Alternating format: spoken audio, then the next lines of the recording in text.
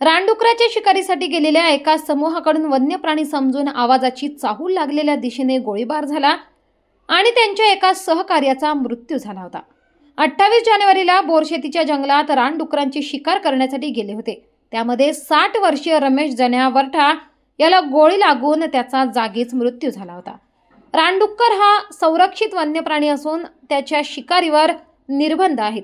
त्याचबरोबर या प्रजातीची पैदास मोठ्या प्रमाणात होत असल्याने गेल्या काही वर्षात पालघर व डहाणू तालुक्यात रानडुकरांची संख्या मोठ्या प्रमाणात वाढली आहे। रानडुकरांचा कळप एखाद्या वाडीत किंवा शेतात शिरल्यानंतर संपूर्ण शेती बागायतीचे काही क्षणातच नुकसान केले जाते। रानडुकरांच्या कळपापासून बागायती क्षेत्राचे संरक्षण करण्यासाठी उपाययोजना नसल्याने नाईलाजाने शेतकरी कुंपणावर विद्युत प्रवाह सोडण्याचा प्रकार करतात।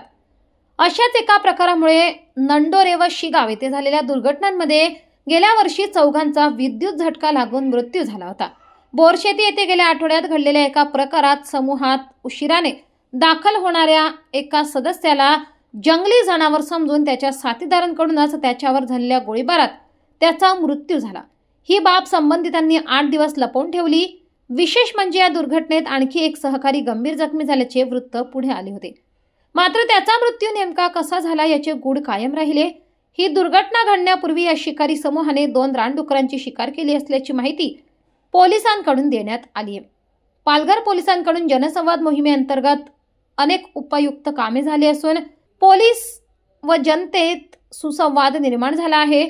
अशा परिस्थितीत देखील पोलिसांची बीट अंमलदार, पोलीस पाटील व गुप्तचर यंत्रणेला या घटनेची माहिती मिळण्यास आठवड्याचा विलंब झाल्याचे दिसून आले आहे।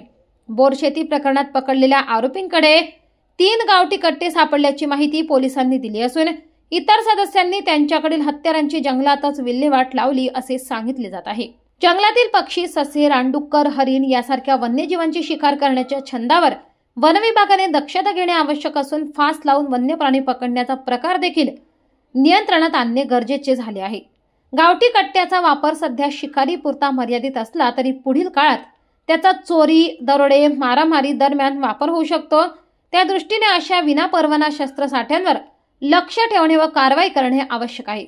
सद्यस्थितीत पालघर तालुक्यातील बोरशेती, किराट, रावते, अकोली, शिगाव, आंबेदे, सोमटा, वडाख, डकोना, बऱ्हाणपूर, नानिवली अशा जंगलपट्ट्यात 500 पेक्षा अधिक विनापरवाना गावठी कट्टे, बंदूक असल्याची धक्कादायक माहिती पुढे आली आहे।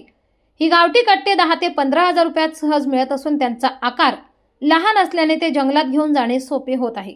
त्या पलीकडे जाऊन 3 भागांमध्ये उपलब्ध होणाऱ्या स्वदेशी बंदुका सहजगत उपलब्ध होत असून जंगलाच्या ठिकाणी जाऊन त्यांचे भाग एकत्रित करून थ्रेड बॅरेल पद्धतीच्या बंदुकांद्वारे शिकार केली जात असल्याची माहिती पुढे आली आहे।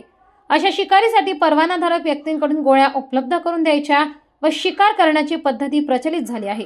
या वाढणाऱ्या विनापरवानधारी बंदुकीच्या प्रमाणावर अंकुश ठेवण्यासाठी तसेच त्यांच्या वापरावर नियंत्रण ठेवण्यासाठी पोलीस तसेच वन विभागाने सतर्क होणे गरजेचे आहे।